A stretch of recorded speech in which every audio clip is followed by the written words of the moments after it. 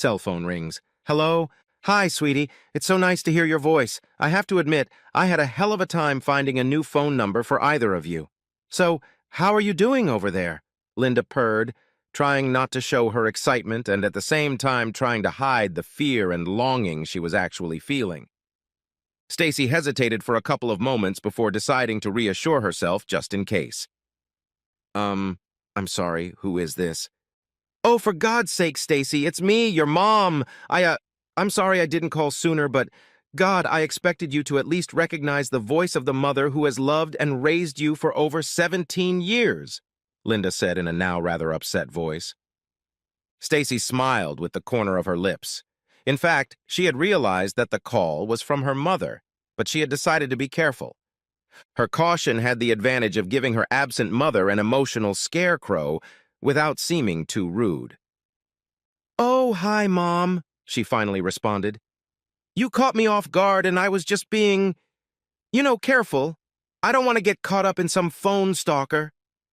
Stacy paused again and, after a little thought, decided to object to her mom's remark about having loved and raised her for over 17 years.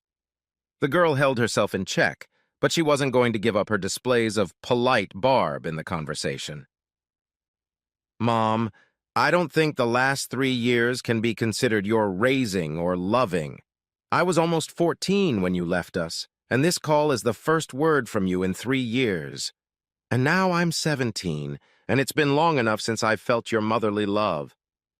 Linda sighed heavily. "I'm so sorry, Stacy. It was so complicated that I felt like I had to leave. But enough about that. Believe me, I really did call to see how you were doing and maybe talk to your sister and brother if they're around. Now that things have settled down, I plan to be much more available to you. I hope we will resume our communication, my girl, and that you will be able to take advantage of being the daughter of a well-to-do mother, now that Frank and I are married.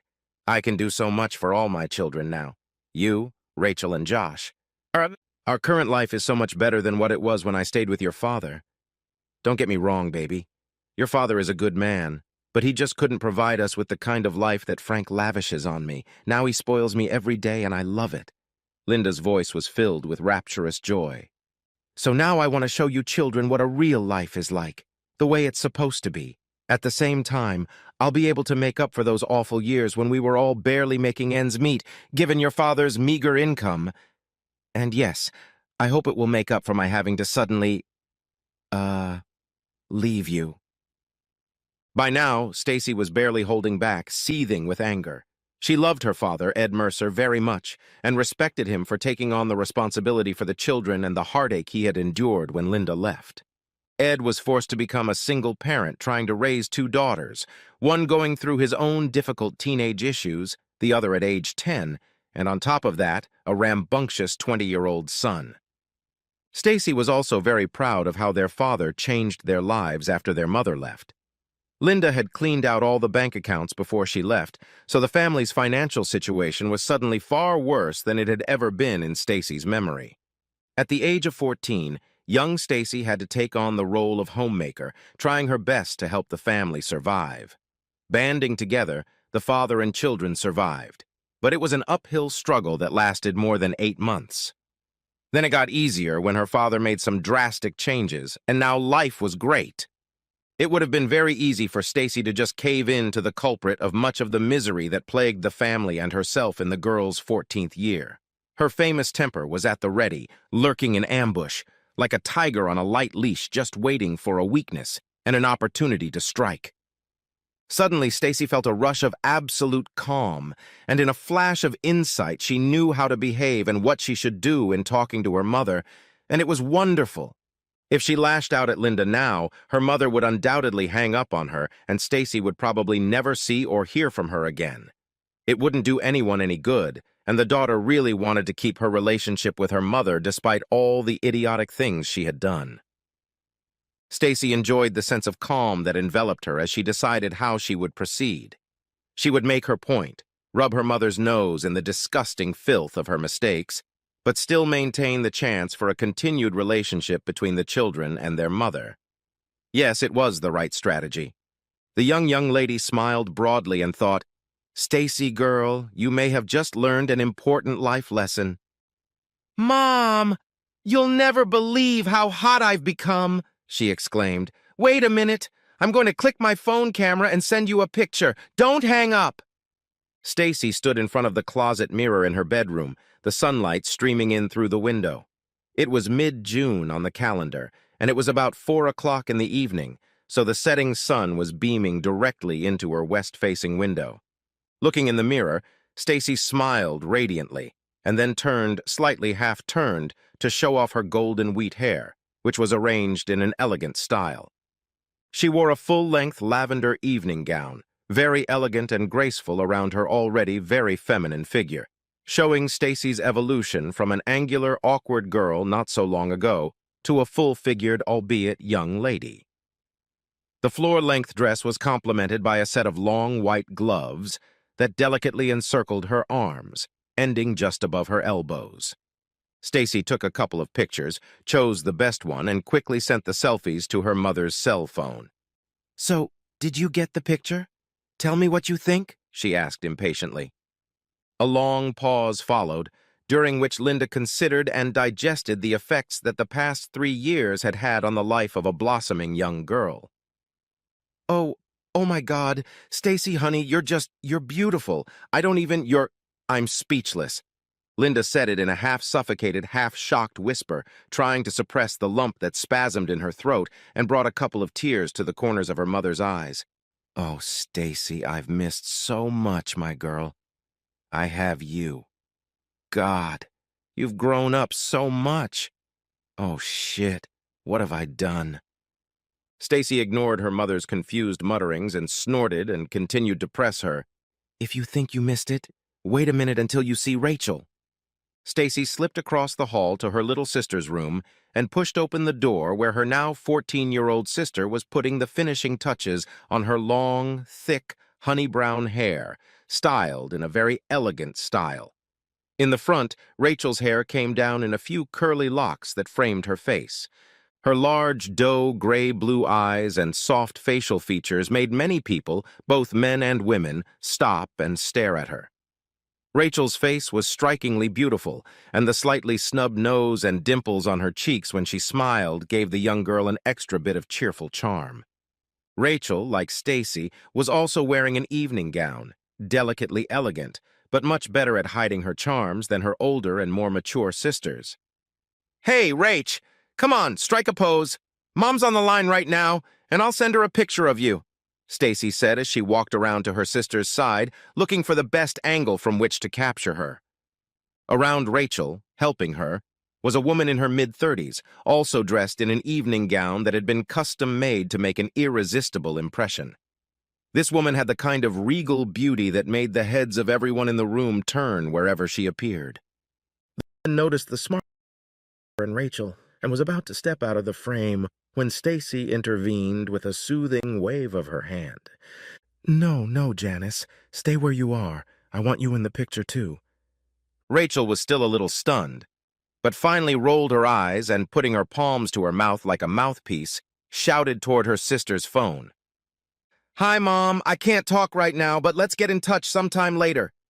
Stacy circled the room, took a few pictures of Rachel and Janice, then waved them off, ladies, and concentrated on choosing the best picture and sending it to their destination. After a pause, Stacy put the phone to her ear and asked loudly, I bet you don't recognize Rachel right now? I mean, Mom, Rach even has boobs now. The younger sister instantly blushed and screamed, Stacy, you're stupid! Shut up! But a shy smile appeared on her face as the other 2 women in the room giggled at her agonizing embarrassment. Stacy turned her attention back to the phone she held in her hand. Well, what do you think, Mom? A stunned Linda struggled to find the words. My God, I'm shocked, honey. You girls, you've just stunned me. You've both grown so much, and you're so beautiful. I am so proud of both you and Rachel. I wish I could be there with you right now. Linda took the phone away from her ear every now and then to look again at the pictures of her girls that she missed more than anything else in the world. Her motherly heart was bursting with regret and longing. Then Linda hurriedly wiped her tear-filled eyes, and the details of the pictures came into clearer focus. Listen, Stacy, why are you two dressed like that? You can't both be going to the prom, can you? She asked, puzzled. Stacy had effectively picked up on her mom and was now ready to rub her nose in it. No, Mom. It's even cooler than prom. Remember that annual party you were always crazy about, but you and Dad were never invited to? That pompous party called Welcome to Summer Soiree thrown by Sedgwick and McTaggart. You know? Linda responded immediately. Of course I remember. That ball was always the major social event of the year. Heck, I'd give anything to go to that reception. Only the most powerful and beautiful people in the whole state are invited. Linda's voice was distinctly dreamy. I would love to be able to dress up in a beautiful evening gown and mingle with the social elite. I would have loved that. Linda sighed sentimentally, and then suddenly snapped out of her imaginary reverie. Oh my God, you and Rachel got jobs as hostesses or waitresses at that party. Oh wow, that's amazing. I'm so proud of you both. To think that my daughters are going to be there at the reception with all those high society people. I'm so jealous, Linda exclaimed, breathless at the sight. No, no, Mom. Rach and I are not caterers. We are invited guests. Stacy proudly and with undisguised pleasure shared their secret with her mother. What's more, we'll be sitting at the head table because Daddy is the guest of honor at the ceremony. It's a surprise for him, but Daddy will be given special recognition by the organizers. Isn't that super cool? I'll even be one of the honorees. Oh my God, Mom, I'm so nervous, but I'm also so excited. Linda was completely stunned. What? You're kidding, right? Stacy, baby, you've got to be kidding. Why would a petty expense account clerk be invited to a welcome to summer night ceremony, let alone be the guest of honor? Pfft, that just doesn't happen in real life. All right, admit it, honey, you're just kidding me, right? Yeah, right, Mom, the older daughter snorted. Of course, Rachel and I dress up all dressed up every day just to wait for you to call and purposely produce you. Come on, be realistic, Mom. A lot has changed since you left us. We've been in a lot of pain. No, we were all absolutely devastated, but Dad was able to pull us all together, and even Josh, and somehow made a new life for us without you. Maybe I should fill you in on what's happened since you left us. IT needs to be done quickly because the limo with Fona and Josh has to be back. In about 15 minutes. And then we'll all have to leave. Stacy took a deep breath to suppress her anger before she began her account of their life after Mom. Dad was practically destroyed when he found out you were doing it with some old fart in your bed with him. You kind of disappeared right after he found out about everything and threw it in your face. So personally, I think you were already planning to run away. You just had to move up the date a little bit. At this point, Linda interrupted her daughter's story by whispering, I'm sorry, Stacy. I didn't realize you knew about what happened between your father and I. But yeah, after your dad found out, I felt like I had to leave. What was the point of me staying? Oh my God, he even had pictures of us. Yeah, Frank and I decided to leave town and move into his apartment in Manhattan, and we've been there ever since. Stacy, I'm sorry that your dad decided to tell you what happened. If you ask me, I think it was pretty low to involve you kids in this. All of this. Bullshit, Mom! The girl shouted, stomping her foot angrily. It's really bullshit! Stacy then tried to control her temper and the destructive emotions that were overwhelming her. She took a couple of deep breaths and then continued, enunciating her words clearly. Daddy didn't tell us anything. I told him. Who do you think took those pictures, huh? That's right, Mom. Rachel and I came home that day and everything was quiet except for some strange noises coming from your bedroom. I told Rachel to wait downstairs, and I quietly went upstairs to see what was going on. When I saw what you were doing, I grabbed my phone and took a few pictures and sent them to my dad right away. Then Rach and I left the house and went to a friend's house. Later, when we got home that night, you locked yourself in your bedroom and wouldn't come out, but we could hear you crying. The next morning, you were gone.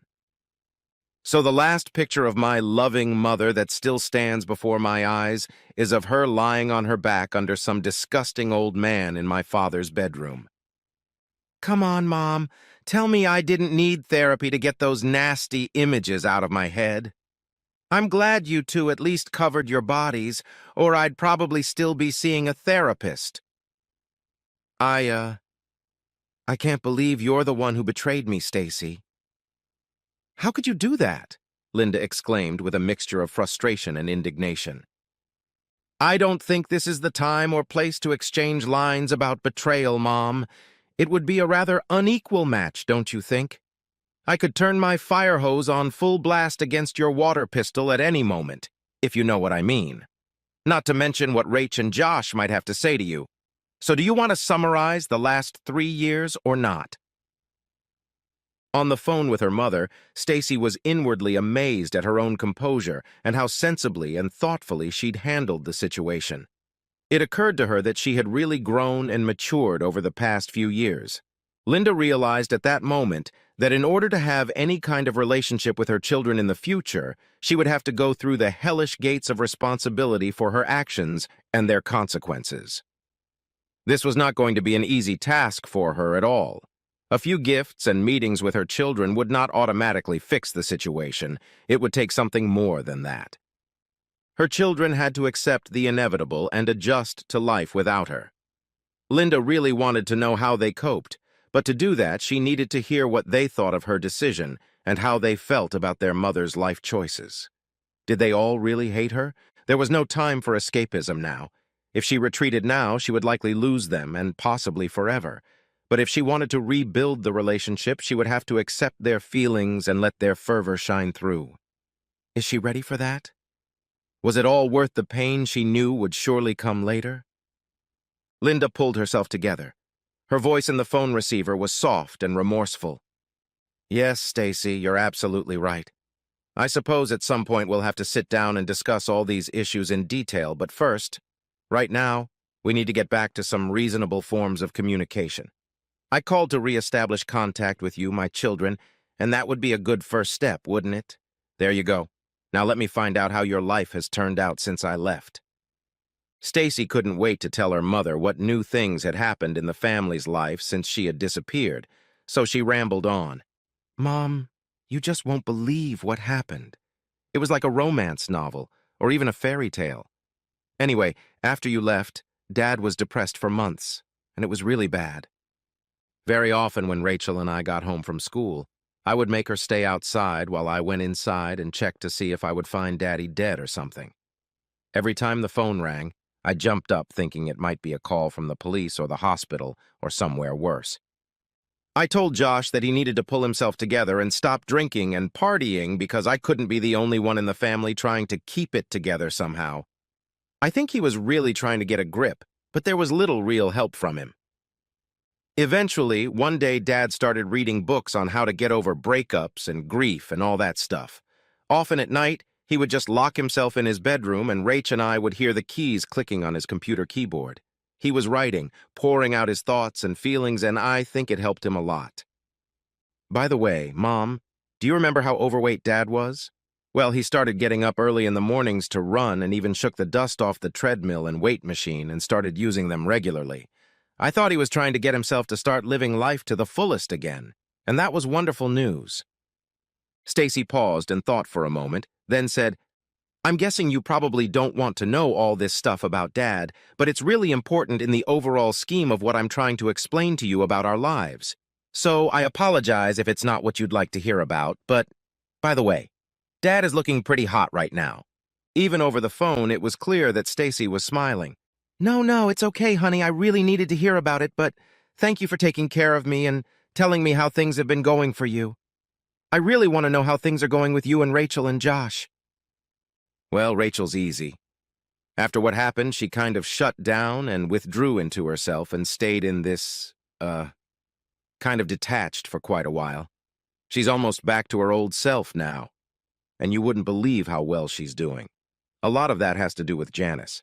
She and Rachel have really hit it off. Linda looked at the picture on her phone again and zoomed in, this time paying special attention to the woman who was helping Rachel get dressed. Okay, so who is this Janice you're talking about? Oh, I'm sorry, Mom. Janice is Dad's girlfriend. Isn't she gorgeous? And she's so sweet. She used to model in swimsuit demonstrations, but Janice is still modeling now. She really helped Rachel come out of her shell, and now supports her aspirations to start a career in the modeling world. Stacy perked up, nearly bouncing on her bed when she remembered something. Oh, by the way, Mom, you should definitely buy a copy of last month's Teen Fashion World magazine. There's a picture of Rach on the cover, and she looks absolutely gorgeous. She's really becoming a sought-after model lately. What? How? When did all this happen? First your dad hooks up with a girl half his age, and now she's selling your little sister to some dirty photographers. If I find out she's taking cheesecake pictures, I'll press charges against your father and Janet or whatever her name is. A furious Linda nearly choked on her indignation. Stacy waited for a response to diffuse the situation, realizing with certainty from whom she had inherited her temper, and then spoke very quietly for good measure. Mommy, listen. Dad and Janice are very, very caring and cautious about any modeling work Rachel or I do. At least one of them is present at every shoot we do. And before they do, they insist that the photographer sign a strict contract with Daddy that no picture will be taken without Daddy's permission and approval. Do you really think Daddy would let any of us do anything even remotely resembling cheesecake? He won't even let Rach wear a bathing suit. And as for Daddy's girlfriend, I already said her name is Janice and she's 34 years old, so there's 11 years difference between her and Daddy. Actually, that's way less than you and your Frankie, who's what, 100 years old? I don't know, Mom, if they'll ever get married or not. But from what I can see, they're very good together. And Janice has been a great help to him. Every once in a while, she even gives him compliments, so Daddy seems pretty happy. At least, I've never seen him happier than I have in the last few months. That's right, Mom. I'm being honest about what I see and feel. If you really wanted to know. Frank is only 66 years old versus my 43, Stacy, Linda noted with some distaste. I'm just not sure modeling is a good life choice for Rachel, and I wouldn't let it happen. She'd be better off doing something more worthwhile, something that would benefit her life. Stacy bit her tongue to keep from snapping and blurting out something like, worthy? Like what? Maybe abandoning her family to become trophy jewelry for some decrepit 66-year-old moneybags? And so she turned away from the cell phone and took a deep breath, trying to control her nerves, then brought the cell phone to her ear again and continued, not caring that she was interrupted. Modeling has really helped Rachel, Mom. She's not as shy as she used to be. She now holds herself with a confidence and composure that she never had before. Rach has finally realized who she is, what she can accomplish, and what she's really, really good at. You know, she even occasionally calls the shots in the studio or suggests interesting themed poses for some of her shoots. Let's face it, Mom. Rachel was never an excellent student and always considered herself a failure because she thought nothing good was in store for her in the future. Now she could be a world-class photo model before she even graduates from high school and have a bank account that would make even you proud. And before you ask, yes, Mom, I told you that I model too, but I'm not as into it. Rach and I do fashion shows together, but I mostly act as a statistic, a supporting model to accentuate Rachel's look, or wear a set of clothes in a different cut or coloring, a little different from the one she's showing. The best part of all of this is that Rach and I have become very close because we help each other and work together. Also, I get paid pretty well, so I've put away enough money for college lately, and I keep adding to my account.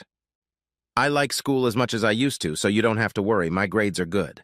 I take a few extra classes each semester so that I can graduate high school early and go to college.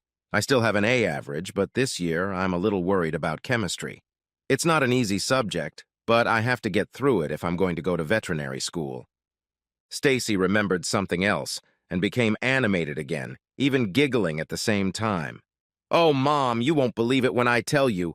Rach and I keep some of the outfits we show off at shows and shoots, so now I actually have a really cool closet. Can you believe it? In fact, I'm now one of the most fashionably dressed girls in our class, not some creepy Miss Geekazoid. Many of the girls in the class who used to be in the Too Cool for You League are now asking me for fashion tips, and some have even asked for my autograph. Well, isn't that just too funny, sometimes to the point of nausea? So, Mom, I'm almost popular, and the best part about it all is that guys are starting to pay attention to me, Stacy giggled. All this news from her daughter was very disturbing to Linda, who had always struggled to reach she didn't know exactly what it was, but a certain level in society. She had abandoned her family in order to gain social recognition, at least on a personal level, but it seemed that most of her family had reached greater heights without her, Linda. And what made it even worse and made her even more frustrated inside was that they had achieved such staggering successes without seeming to put in any special effort. Linda sighed heavily.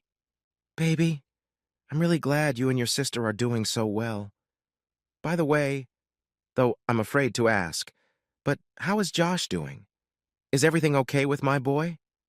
Stacy took a deep breath and glanced at the clock on her bedside table, knowing that it wasn't long before the limo with Josh and Fona should be arriving. She didn't want to move on to the next topic, fearing that she wouldn't have enough time to go into detail about her brother. However, after making sure that in all likelihood she would have time to share information about Josh with her mother, Stacy continued. Well, Mom, to my surprise, I have to admit that Josh has turned his life around. You know he was pretty wild even before you left, and after you left he continued to drink and party with his buddies even more. For a while, he went off the rails. Finally, one day Dad got really angry and demanded that he quit partying and at least get a job or go back to school. Well, the brother, he told Dad to get lost, so he finally kicked him out and told Josh not to come home until he got a job. Dad even had to call the cops a couple times to get him out of the house. Mom couldn't believe her ears. What? Your asshole father kicked my little boy out of the house? How dare he? I'll have Frank contact a lawyer and sue that bastard, Linda raged, clutching the phone and seething with anger. Well, good luck with that, Mom, Stacy said with some irony in her voice, shaking her head. She knew that her mother had always considered Josh her favorite and let her get away with any of his artistry. Moreover, Stacy knew that Linda supported his antics by giving him money whenever he asked for it. Actually, her sister thought, Josh was lucky he'd never been arrested or gotten into any serious trouble. That was all a year and a half ago, Mom, and since then Josh and Dad had pretty much made up. Josh parasitized his buddies for a while longer, but even they got tired of supporting his lazy ass, so they kicked him out too. He lived on the streets for a while, but eventually he decided he didn't like it, especially when he saw that the three of us were doing so well. Anyway, one day Josh came to Daddy, apologized, and said he wanted to come home. Dad stuck to his earlier stance, saying, "Get a job first," so Josh got a job on a roof repair crew. After that, he finally came home, but Dad made him pay his share of the living expenses to show him what it meant to be an adult. Stacy grinned.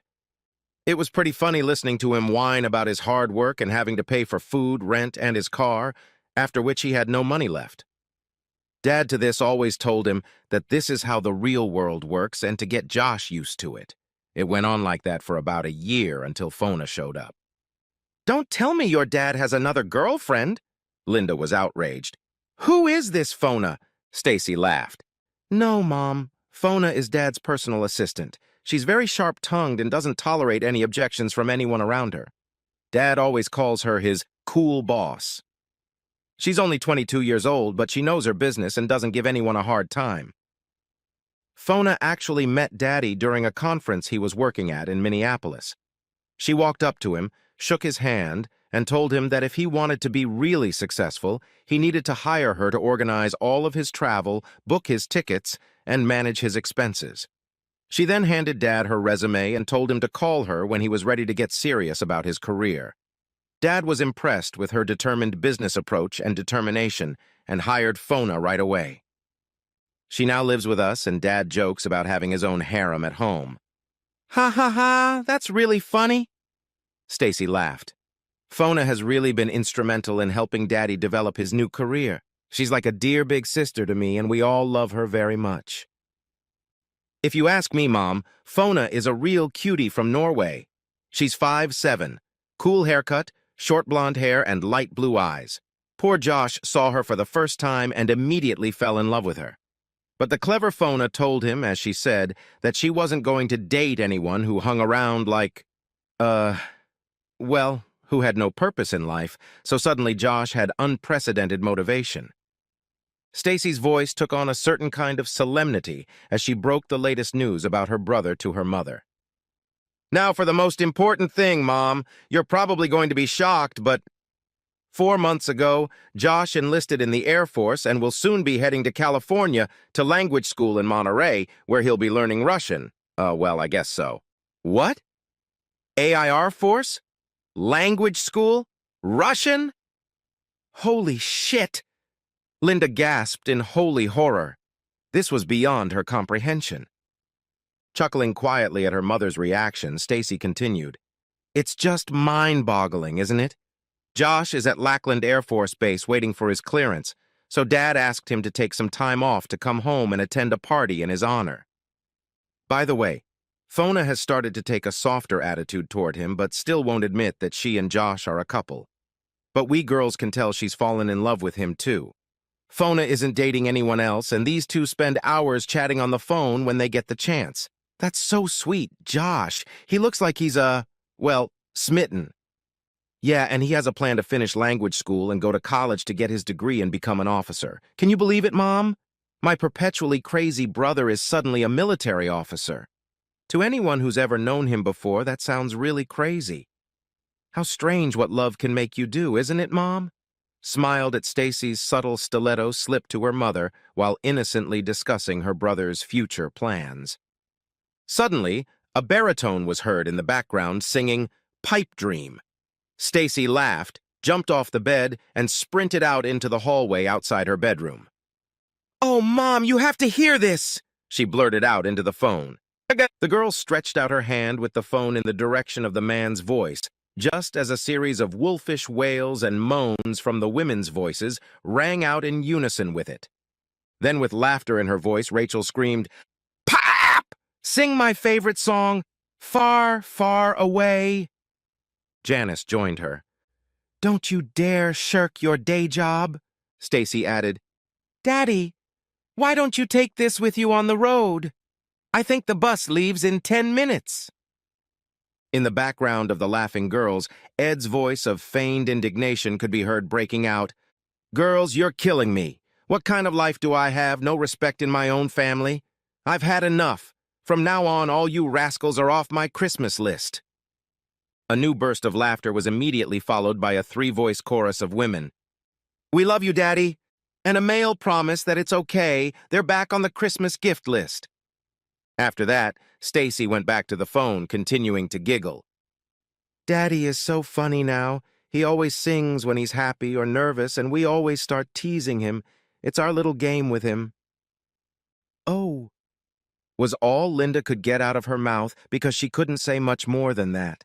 It was obvious that her family was doing just fine without her. Before this conversation with her daughter, Linda had subconsciously hoped that they were all still suffering cruelly because they missed her. There was none of that in the least, so she simply fell silent, caught in a sort of stupor. Stacy picked up the thread of the conversation and continued her narrative.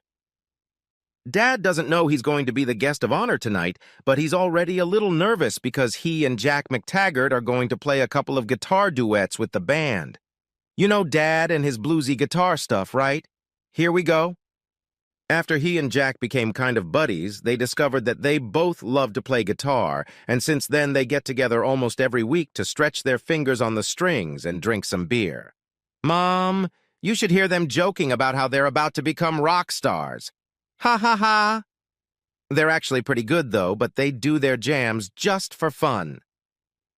Tonight is their first public performance, and I'm sure it will be fun. Can you imagine Daddy in a tuxedo playing guitar on stage? Stacy grinned, imagining the picture in her head. Upon hearing this stunning news, Linda was once again stunned. "Stacy, what are you talking about? Your father and John McTaggart are friends, did I hear right? That John McTaggart? Why, how did this happen?" Stacy smiled inwardly again, with some snickering. She knew that her mother held the McTaggart family in high esteem and had a deep piety for their wealth and power. She also remembered that her mother had always wanted to meet the McTaggarts in person, and now Stacy's father and Jack McTaggart had not only met, but were practically best friends. Stacy also liked the fact that the rich and famous head of the family insisted that members of the Mercer household refer to him simply as Jack, rather than the officious Mr. McTaggart. In fact, in live conversation, Jack turned out to be quite a nice man who played an important role in the beginning of Ed's writing career. "Yes, Mom. That John, or Jack, as his close friends call him, is McTaggart," Stacy confirmed. "It all started when Dad wrote a couple articles about how a man can survive and rebuild his life after a traumatic event, like losing everything when a cheating wife leaves you and runs off with her new boyfriend. When a couple of small magazines bought his articles for publication, Dad was just thrilled. Then, I believe Jack read Dad's articles, contacted him, and asked him to give a motivational speech at one of McTaggart Corporation's staff meetings. We all here thought Dad was going to have a heart attack when he heard about Jack's offer. Dad prepared a lecture based on his articles and gave it at the staff meeting. The speech went very well, and he received a lot of warm feedback and thanks from people, and Jack hired him again, this time to give a speech at the company's annual shareholders meeting. After this new success, Dad started getting offers to speak at other meetings from various companies represented by the board of directors, and from that point on, things went from bad to worse. Dad began to write more and more. His articles were published in more well-known and larger magazines, and soon he decided to quit his old job to devote all of his time to writing and public speaking. Jack continued to introduce Dad to important people. They began to socialize more often, and soon discovered that they both enjoyed playing blues and rock guitar. Because of the music, he and Dad bonded even more and have been friends ever since. Stacy took a long pause to give her mother time to digest everything she had heard. After all, this was an amazing turn of events in their lives. "Your father is a writer now? Really? An author? A published writer? Your father and my ex-husband are now published in magazines?" A dumbfounded Linda struggled to get her head around the paradoxical-sounding concept of her former loser suddenly becoming a successful man. Secretly, she hoped it wasn't paying so well. Meanwhile, from the first floor of the house came the sounds of some sort of activity. People were arriving. There was a muffled hum of conversation and light laughter.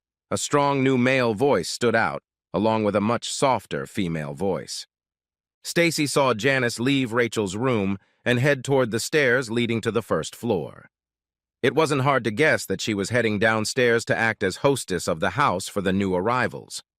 Suddenly, Stacy remembered an item on tonight's agenda that she had almost forgotten about.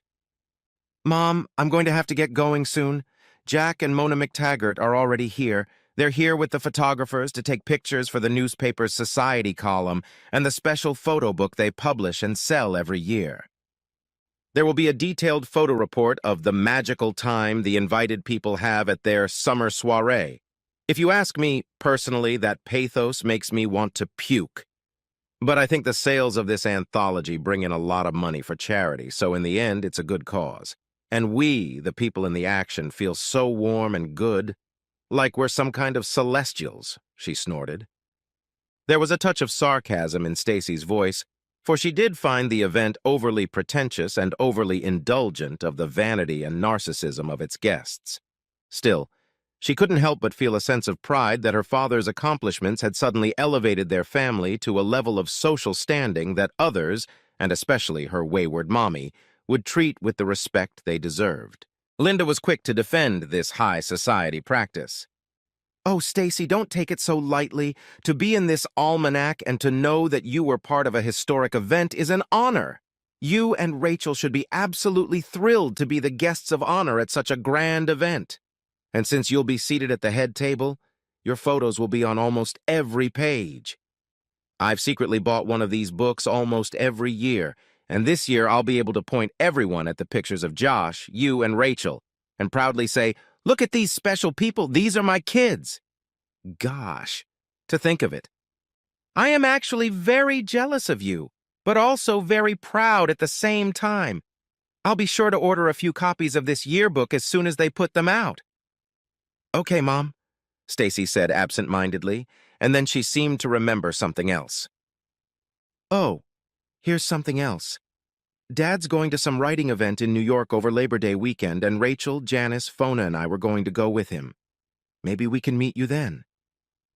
I'd really like to see you, and I'm sure I can get Rachel to come to the meeting too. But you should know that she's still very angry at you for leaving home. Maybe we can take Janice with us so you can meet her. I suppose you'd like to see Daddy too? Just in case. Oh, honey, that's a terrific idea, Linda enthused. Yes, let's do something. I really want to see you and Rachel, but about your father and his shlew. Girlfriend, I'm not sure that's such a good idea. There's been too much pain on both sides. However, I would like you to meet Frank. After all, he is your stepfather now.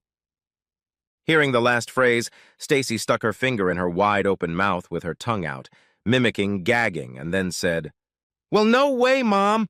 I still have nightmares about you and your Frankie puffing on each other. Brrr.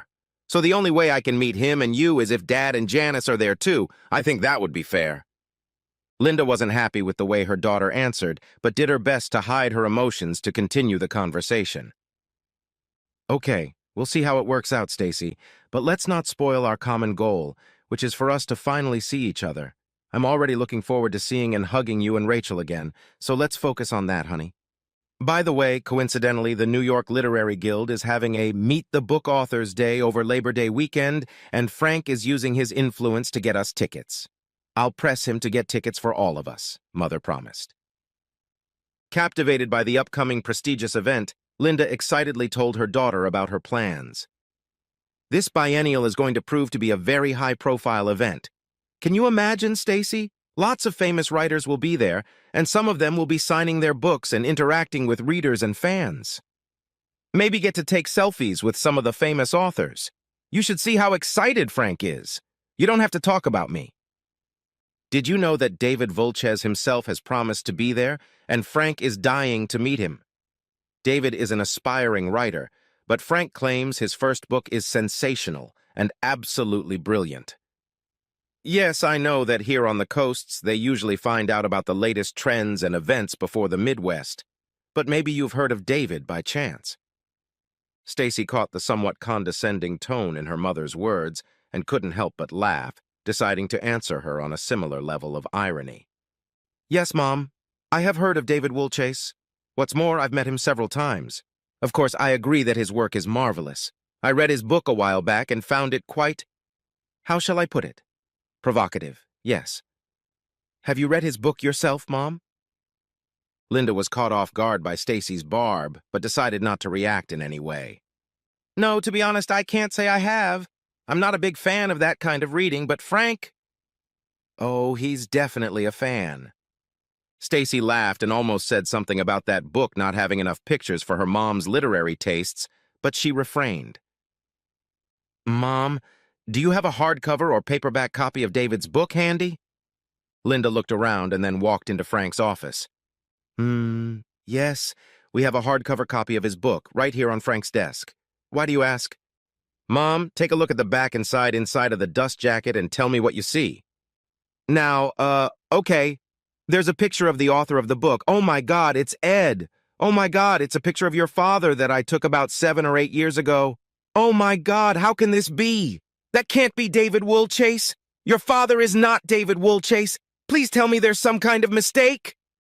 Stacy bent in half with laughter, trying not to choke up as the full irony of the moment penetrated her consciousness. It can't be helped, Mom. Yes, and yes, David Vulchez is in reality Edward J. Mercer. When Dad decided to write a novel, he wanted to separate his writing goals for a variety of reasons, so he came up with a pen name and released his first novel under the name David Vulchez. This is so funny, Mom!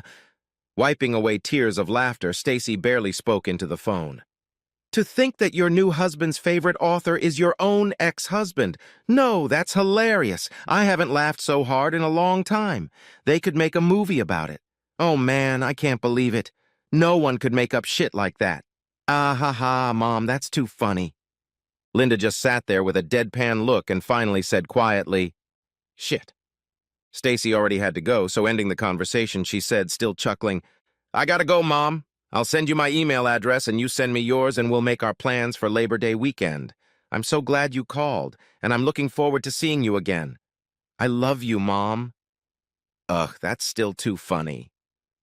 In some inexpressibly sullen voice, Linda asked, "Now, say hi to your brother and sister for me and give them my number so they can call me when they get a chance.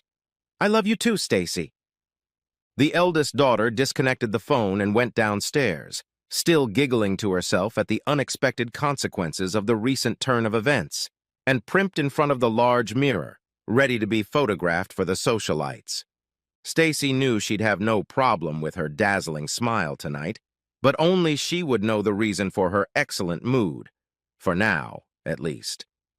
Linda, on the other hand, continued to sit in deep thought for another long time, staring unseeingly at the book on the table in front of her, until she came to the clear realization that Karma was indeed a vindictive bitch. Before she could fully recover from her conversation with Stacy, Frank came trotting into the room. "Linda, you're never going to believe what happened. I just got a postcard from David Woolchase. I wrote him, telling him how much I loved his book and that I was really looking forward to meeting him in September. And lo and behold, he wrote me back. And he wrote the message in his own handwriting. Can you believe it?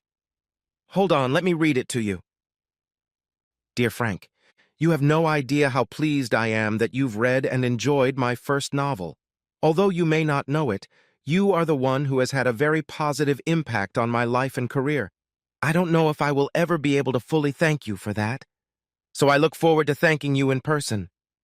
You have taken a huge weight off my shoulders and provided a much-needed spark for my personal growth as a person and a writer. So I am deeply indebted to you. Best wishes, David Woolchase." Frank, in his rapturous joy, continued to mumble excitedly, telling her that he must have met David at some point, as his picture in the book seemed somewhat familiar, but could not remember where he had seen this now popular writer.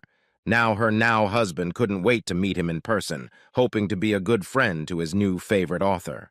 All this time of tumultuous joy and bustle around her, Linda continued to grow more somber and depressed, as Frank's words sunk deeper and deeper and faded into her mind. Finally, in a squeaky voice from the depths of her parched throat, she squeezed out exhaustedly, "Shut up, Frank, just shut up!